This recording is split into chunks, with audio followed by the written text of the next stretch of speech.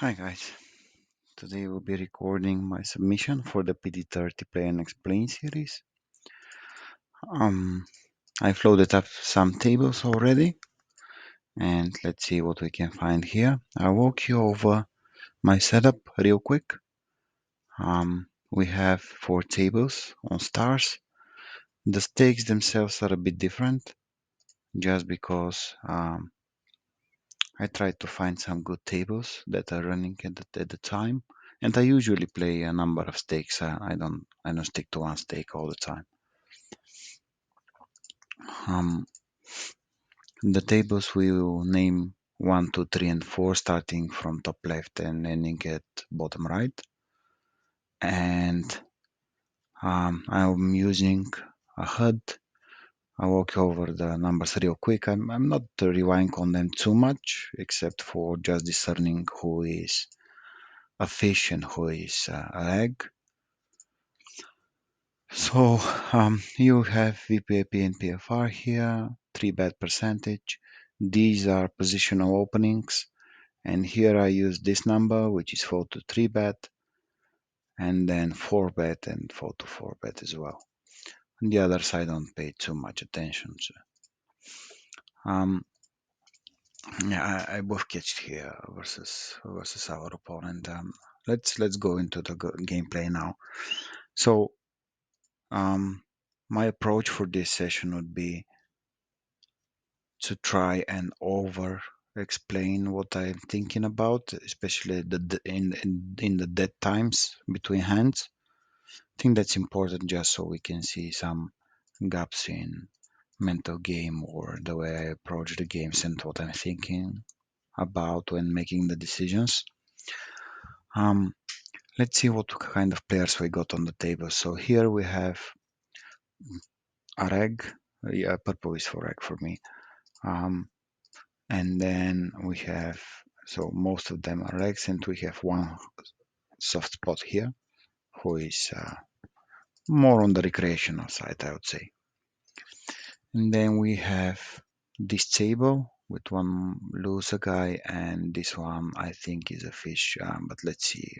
The hands are not enough yet, but he's shorter for now. On this number 3 table, it seems that these guys are mostly reggae. This guy is a bit more on the recreational end. And then we have this, it's a good table where we have a very soft spot right next to us. And we have position on him, and then we have another very loose guy there.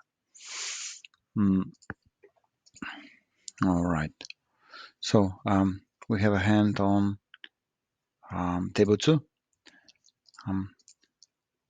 I'll start with checking. I have a gutter here.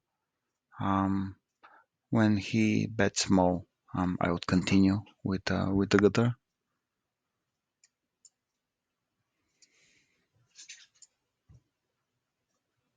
And turn goes check check. My 6 here is probably not enough for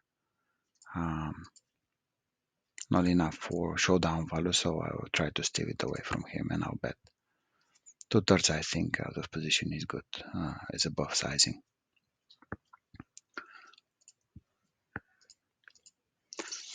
So the way I approach the games, I try to table select heavily. I'll try not to do it as much here, or even if possible, I'll try to not switch tables at all during this session, just so I don't want to make the screen too hectic for you. But usually I will never sit at the table once I don't see a fish on it. At least one, and ideally two. I mark with colors all the recreational players and the regs, so when I can scan the lobby, I would know which tables are worth it in a sense.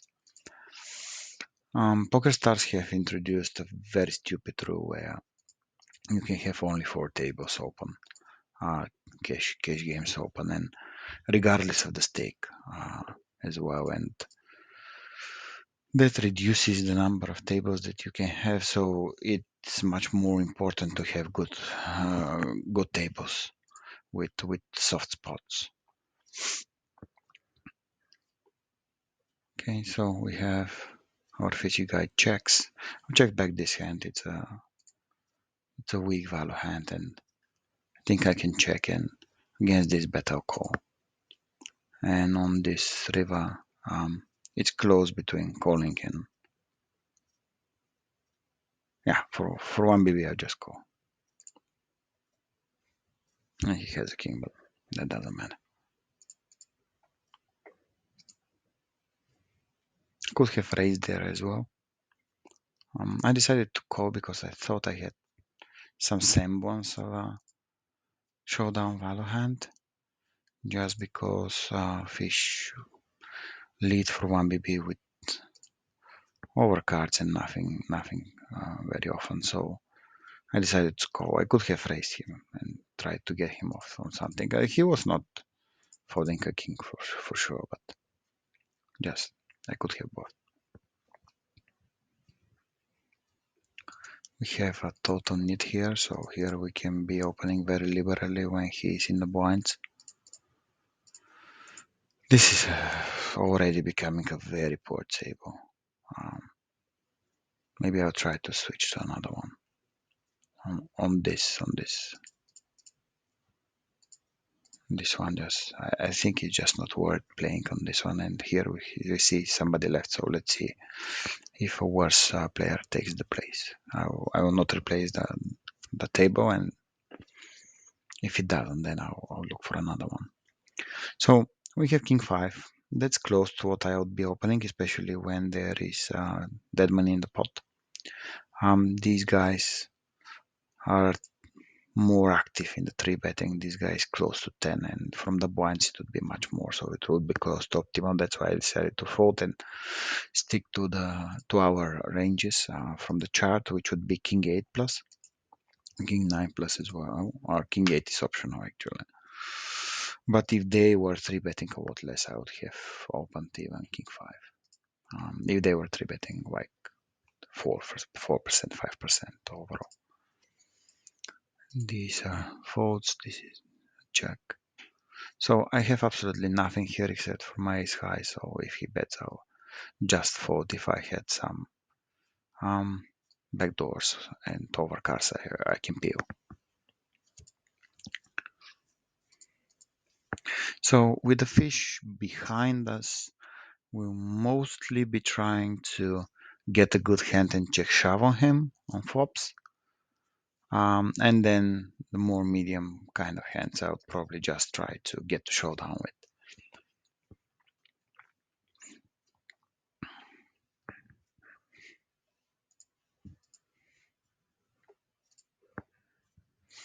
Okay, so we have a person who opens here. He's folding a good amount of the time to 3 bets, 56%. He's opening 40% from the small blind. So whenever somebody is folding to 3 bets more than 52-35%, I would be pushing all the mixed hands into the 3 betting category, and this is a good hand to 3 bet anyways.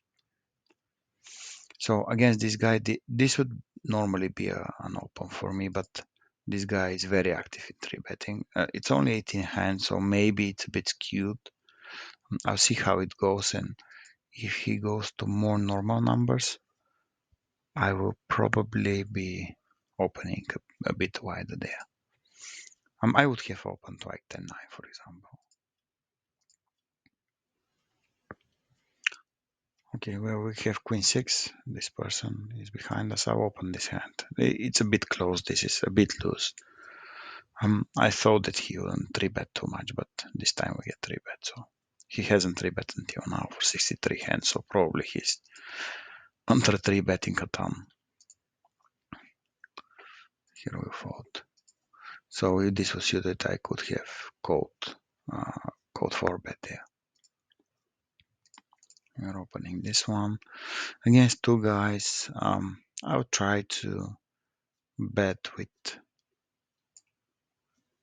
8-out draws, like open-enders and double gutters and overs.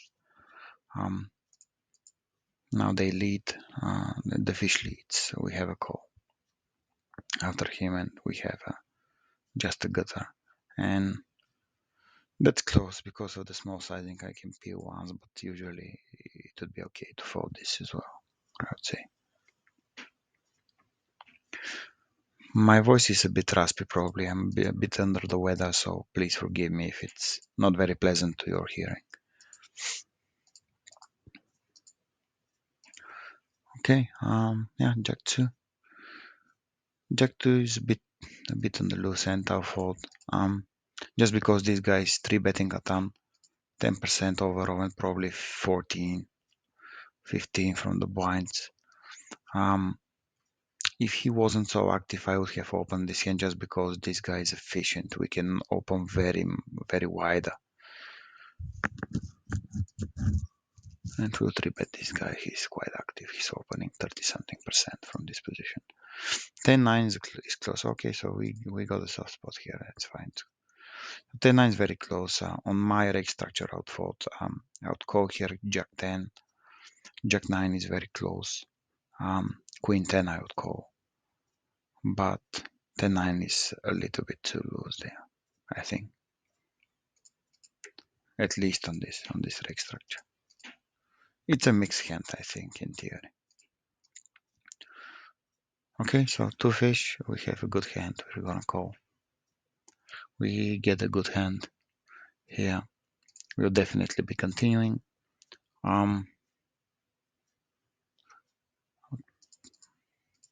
So if this was with the backdoor first draw, I could raise it, but because it isn't, I'll just check call. In theory, I think that the solver goes check raise with top pair, top kicker, and with the lower ones like king 10, queen 10, with the backdoor first draw, it would raise and then it would play it a little bit more passively after that. While talking, I missed the turn action, whether it was a bet or a call. So I think it checked back right. So this is close. I think this is close between check calling and betting myself. I could have bet for sure, and he's over betting now. Usually fish do not over bet on bluffs that often. So if this was up to a pot bet, I would call for this one. I feel really sick about folding this one, but usually when they do the overbet and I call, they often have it. And I don't think it's worth it so much. And this one we'll call just because the fish is behind us and this increases the implied odds, even though he's a bit shorter. And we have a very nutted hand, which either flops really good or doesn't flop anything that worth except for a pair of aces. But I think it's fine, and now we have a standard check fold here. Let's see what kind of players we've got on the tables now, if some changed. Yeah, so these tables are okay for star standards. So I will stick to them for now. Okay. We get a fish. Check call this one.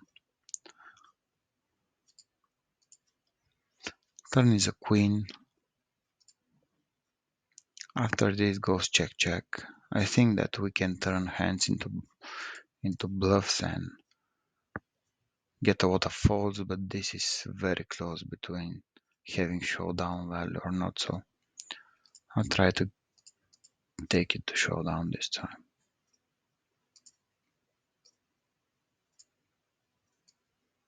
And we have two pairs, so we're check calling always here. Two people are in position, but I don't have anything, so I'll just check it back for now, and if it goes check again, then I'll try to steal it. But after this, it's fine to just fold.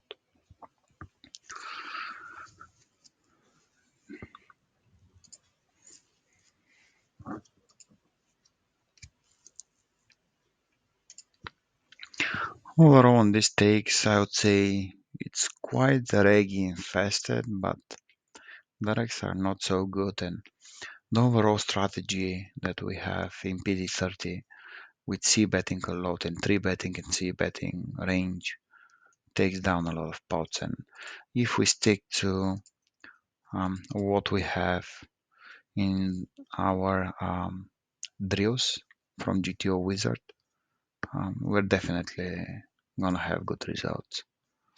And for the fish, whenever you play against fish, you're always gonna make money unless you're doing something really, really off.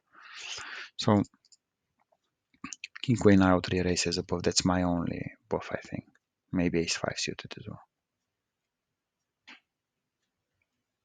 We'll get a call. So I think this is a good spot to range bet, and we can go 1/4, between 1/4 and 1/5 is what the solver would choose here usually. We have a good hand that can pick up a lot of equity on the turn. We have range advantage. Yeah, and on this hand I can just shove.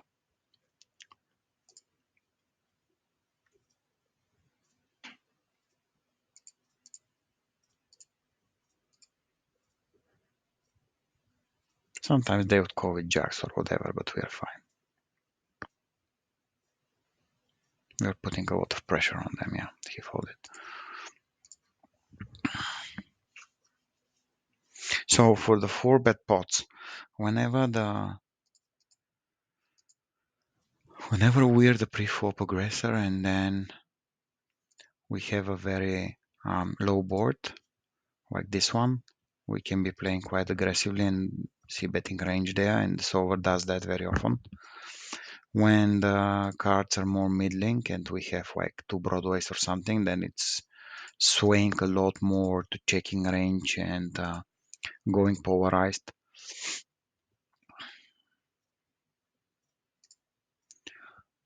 So this was a perfect spot to see, but even though the positions were very very tight because we were MP versus cutoff. Okay, king on the river. So in my experience, now I'm not sure whether this is factually correct, but I feel like that Rex bluff on Broadway overcards on the river very often. So I feel okay with always bluff catching this kind of a hand, especially when we're blocking the first two. Sometimes we'll be behind, but I think that we are doing a placebo call here. And he has it this time.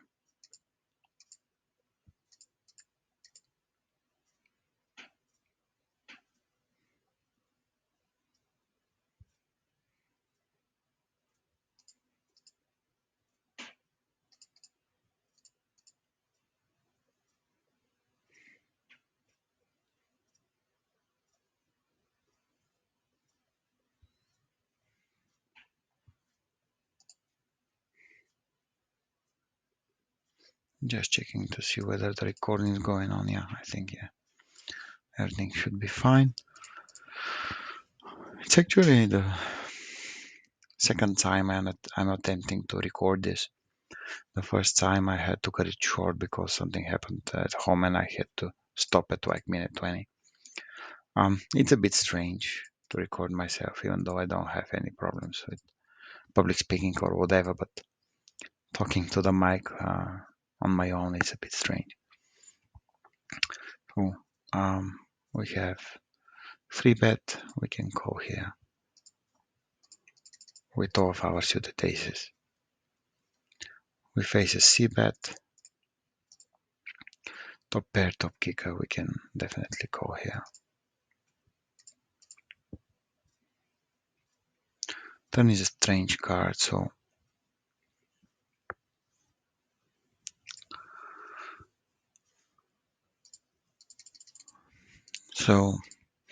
I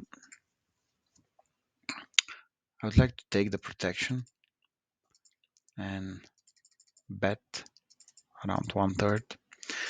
Betting 1/3 in these spots, I feel, is putting a lot of pressure on the pre-flop raiser because he has enough odds to continue with some overcards, and in the same time he might be making a mistake when doing so. So it's a very interesting sizing, and it's achieving a lot. The solver likes it very much for floats.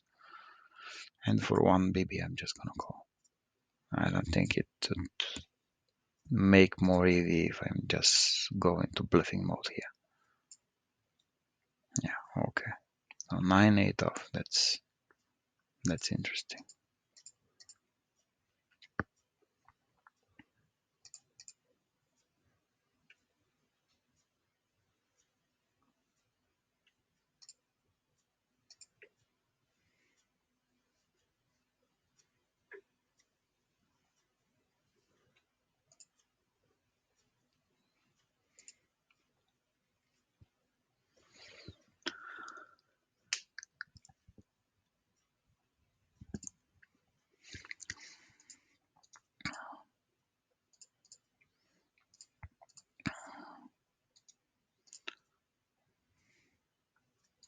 This guy looks probably he's gonna be a fish, but let's see.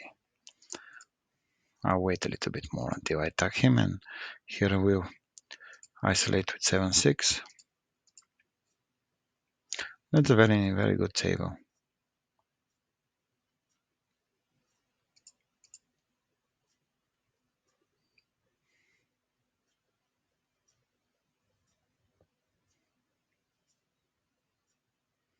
Okay. It's an interesting flop. We get 2 colors, both of them fish. The problem is though that we have nothing on the flop. Because we're multi-way, I would like to check this back, and we'll see if they check again. I can try to take it away from them, but after this guy leads pot, I'll just fold here.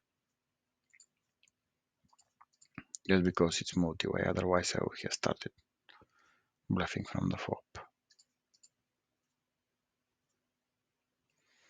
We have King Jack. We're a bit, yeah, for this one. I'd prefer to raise it here, but I have 2 people behind me. This guy and this guy are both 3-betting quite a lot. So I'll probably try to get at least a little bit better of a hand to raise, like King Queen, King Jack. I don't wanna widen my range too much and just get 3-betted on. This guy also is 3-betting by 15%, even though it's a few instances for now. This guy sitting out, that's a shame. And he was winning. I hoped he would stick around.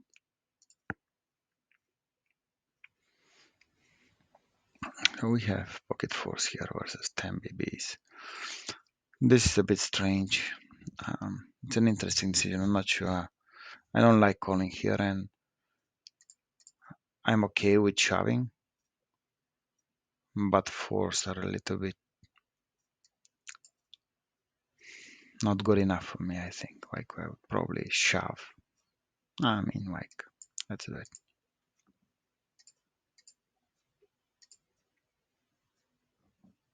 And here we're c-betting. Because he's a fish, I would c-bet big. Yeah, and we won. Yeah, nice. And here we'll 3-bet. We get raised by the fish. We'll call here. And on the king, I will continue calling. He checks back. Back he checks after the raise. Check back and try to both catch him. You know, he checks again, and now it's close between value betting and checking back. I think I can value bet here, like 1/3 pot, and get a call by an 8 or something worse. We'll check this one, and then we have 2 pair here. Flush closes, so, and this is the guy that had 8-9 before. After this check though, I definitely have a value bet here, so I'll just bet it. Yeah, 2-4, and the fish calls our call. So I'm not sure whether 2-4 is a call there, but like in these kind of formations, I've noticed that solver is recommending that we call one gupper and two gupper, as well as the actual suited connectors, that we don't rebet. So I think it's okay to call here, no problem. And this is a perfect spot to buff catch, I think. So I'll just check call it. Like if I had nothing, I would have tried to take it away from him from the turn, probably. Yeah, he's betting big. I think that's a buff. So let's see. Oh, he has it. Nice. Okay. Like the way he played this hand is a bit strange. Not flush, didn't bet the flop, didn't bet the turn when he hit the ace to go with it, and then he made a lot of money from this good hand. We get 3-bet 9-8. With these formations, I don't like calling it, especially on this rake structure. I would call here Queen Jack suited, even Jack 10 I would probably fold, and I think that's actually correct.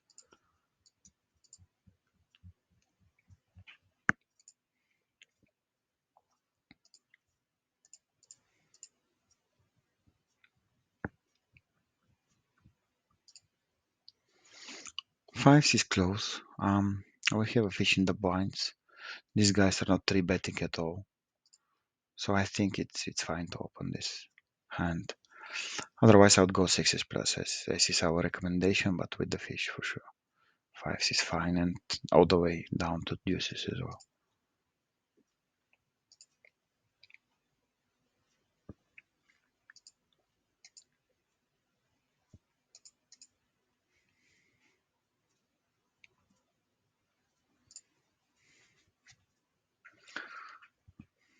And we have this guy. He's very strange stats. He's 24, 21, 11, but he's playing some kind of a weird stack, which puts him in the reg category, but that weird stack size, I don't get it. And this guy left the fish, so this one's another guy. Let's see what kind of a player that is. I'll fold here.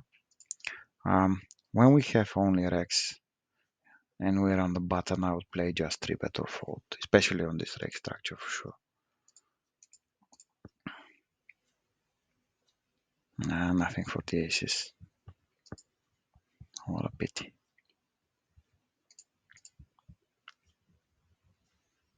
Yeah, we're a bit, I wouldn't say card dead, but we're not getting involved in many hands, unfortunately. Not so many interesting spots either.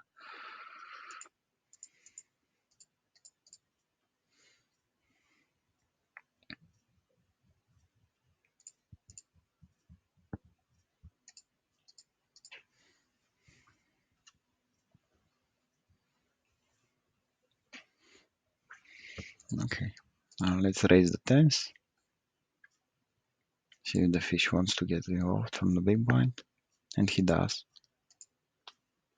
We have tens, medium value. I would love to check back that. And now if he checks out bet, um, but he leads, and he leads small, so I'll just both catch it.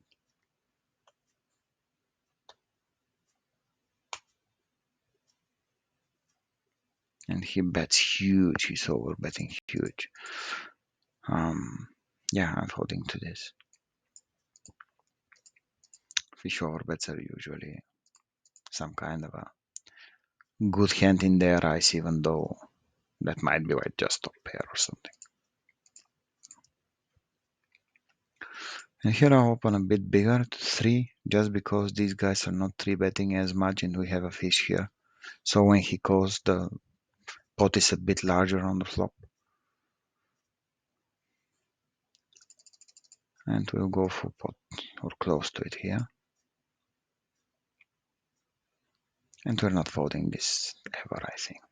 And now when we hit it especially. So I'll overbet here and just try to get it in on the river. That's pretty easy. Easy go.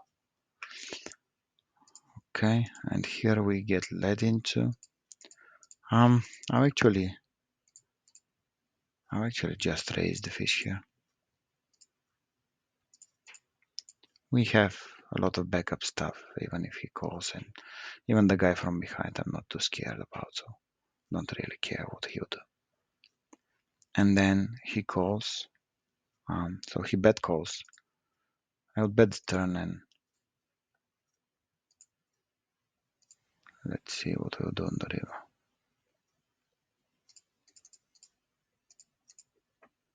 That's an interesting spot.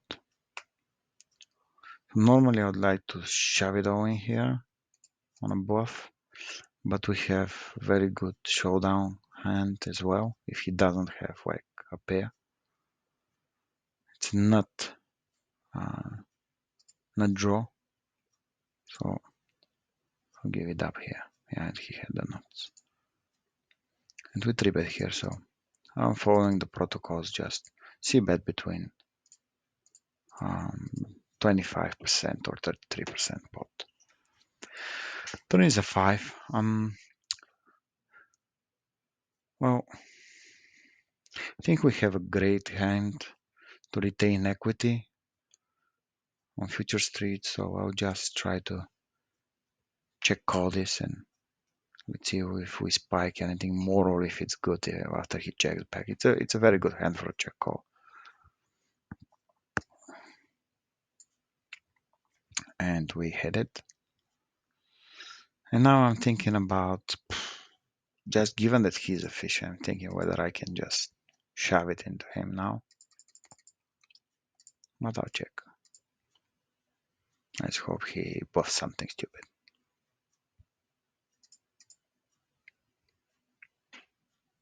Yeah, okay. Yeah. And he folds. Wow. With 20 back. So he was betting something stupid for sure.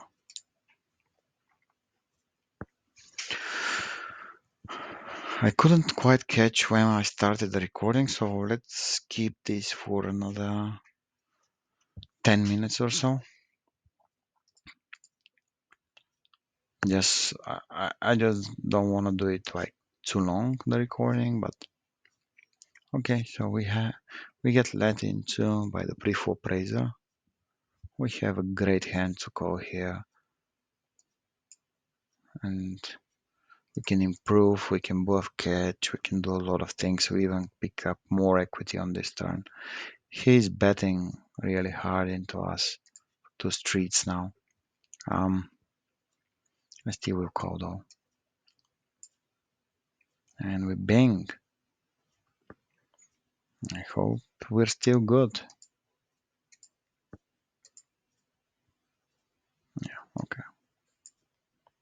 Yeah, cool. Wow, we sucked out on him on the river. Nice. Alright. Yeah, we're running a bit hot here.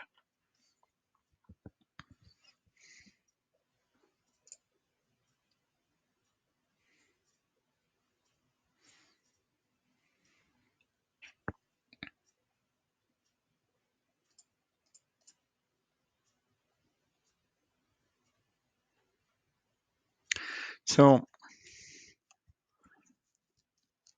I noticed that when following the way we are playing and just playing solid, doesn't really matter the stakes that we play that much. Fish are fish always. We don't care what their stake is. And we've spoken about it in the course too. Um, and whenever we try to get good tables with fish on them, um, what works on 50 works on 10. It doesn't really matter. Just the Rex are probably a bit better at 50, but in my experience, it's not that big of a difference.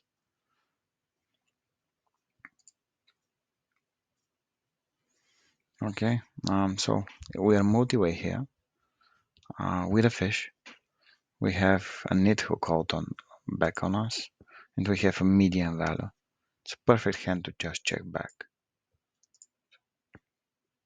Let's see what this guy does. Okay, he checks again. And this guy checks, and I can bet here for sure. Usually bet between half pot and 2/3 pot. in these spots. So let's go with 8. And we'll check back the river. Most probably. We're protection betting, so as value protecting. Let's see. Yeah, well, he has jacks. Well, him playing 6-5, I expect him to have something like a good pocket pair or something that he doesn't rebet. It doesn't matter what he has. I'm not trying to range them that much. It doesn't make sense. So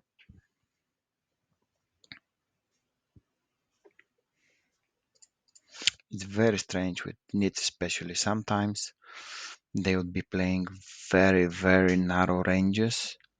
And then when they go to showdown, they would show something that you really didn't expect them to have. So ranging them is a little bit like ranging fish. You can't be too sure with your assumptions. So just playing our range in our hand and whatever happens.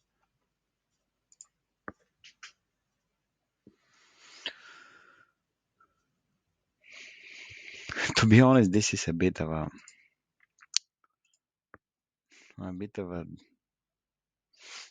sleepy session for me. I'm not used to playing 4 tables. It's on 4 rec tables. It's really slow for me.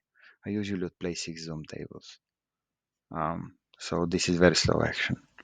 But I can see the positives in looking into the hands a little bit more and just not going from table to table like crazy all the time, especially in this format where I have to narrate the video. It's much better.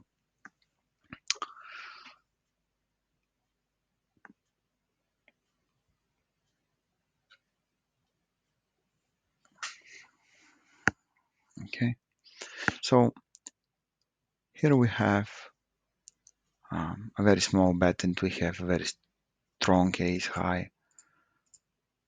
I think we just have to call at least once with this. And this guy, I will race into him. He doesn't 3-bet much. He folds his blind very often. So queen 8, even though it's close, I think it's a solid open. Let's check this one again. Fish opens here and I have 6-7. And oh, that's close because he's rarely raising. It's better to call here, but we can get squeezed. But even if we get squeezed, we can call with this hand. So I think we can solidly call with this. And I'd like to bluff this one. Just because I'm not sure what he's betting 1/4 of the pot with on the flop. He can be betting like pocket threes. And I can be, he can be bluffing with a hand better than mine if I check. So I prefer to bluff it myself. And I'm sure that he's overfolding here too. To this kind of a bet. The fish bets into me here, and we have a good draw. Multi-way. I think just calling is fine.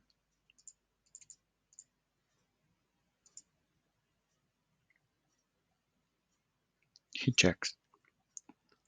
Now that he checks, I think we can try and take it away from him. I'll bet to third spot, and he checks on the river probably as well. Is he? Yeah.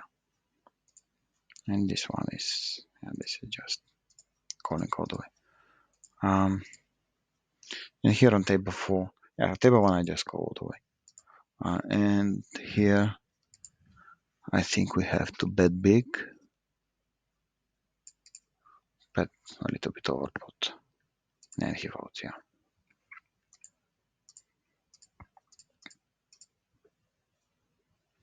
Yeah, so my plan there was to bet after his check on the turn, and on the river I just wanted to bomb it and just make it more likely that he's gonna fold whatever he has, especially if it's something which is very mediocre, which is what he probably had, or he might have had like air as well. And we're losing to some of his draws, so it is important to both there. Yeah, like in these spots, especially versus the fish, in three bet or multi-way pots where the pot is getting out of hand size-wise. It's quite important to be able to pull the trigger, I think, if we know that they will be overfolding. I'm opening big here just because we have two fish. One of them in the blinds, playing almost every hand. We have dead money in the pot, so opening to 4 should be fine. 3 or 4. You can go to 0.5 as well, but I think this is a good exploit just for the fish. And we have only one player who is having any kind of a significant bet on the 3-bet pre-flop. The others are just too tight. Okay, so our hand here is 3-way. I'll check this one. We have top pair, top kicker in a sense. We have the nut for his draw too. I think we can play this hand both for showdown and for draw, as a nut draw, and whenever we hit we can extract value. And now after they play this passive way, strange way, I think we can bet 2/3 for value. Yeah, okay.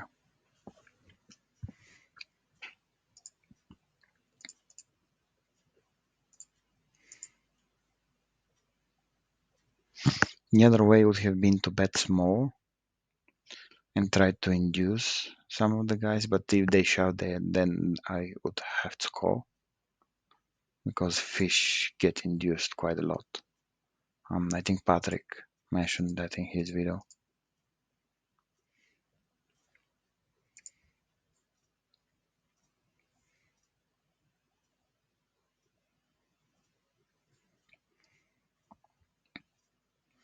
And they get all in with one another, and that was an interesting hand. So yeah, they got it in. This guy had just nothing. It's a shame because we have just one fish left on the table, even though we are deep against him. So this is a perfect table to sit on until the end of times, or at least until we bust him and take all of his money. Yeah, that's one thing that I kind of learned throughout the years.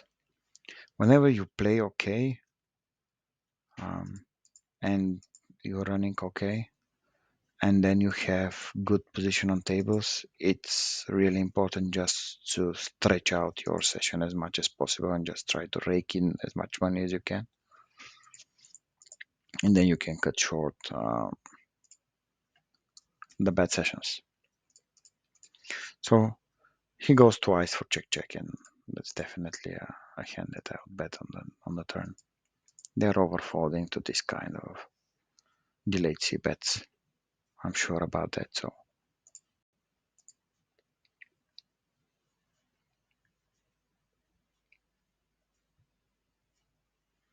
this one's close. King 8 would have been a good hand to defend against the button, but we have another guy, and if this was suited, I'll definitely play it. And I'll just call it, not 3-bet it, but yeah, that was. And King 9, I think it's okay to raise this hand.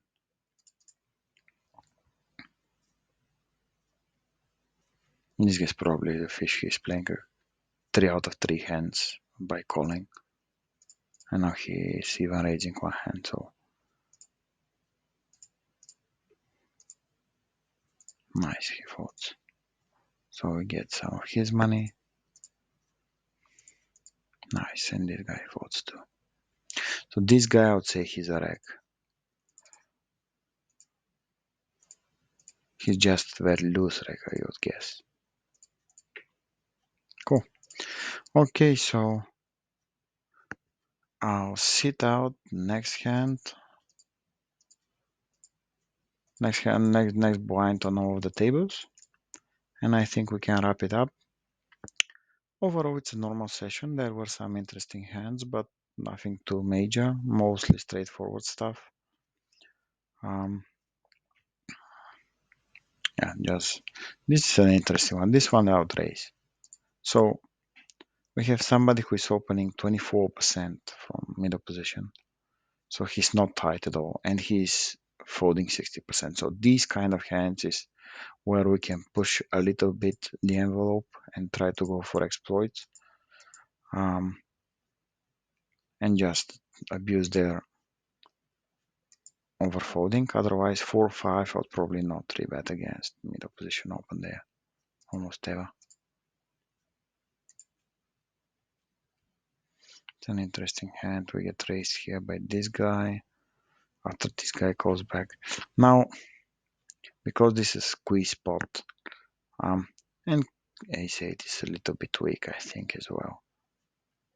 I think we can fold this one and be okay with it. We have top pair second kicker here. This is close. You can bet, you can check. I'll check this one back. Try to induce him to bluff. Could have such a wide range here. By playing 100% out of 6 hands, his range on a turn should be absolute trash. And if he bets here anything but a big overbet, I'm just going. And he checks. I'll go for value now. That's quite straightforward. And he folds. He had nothing probably. Cool. And we are wrapping up on most tables. We have a few hands here to do against this fish. So let's wait for those. And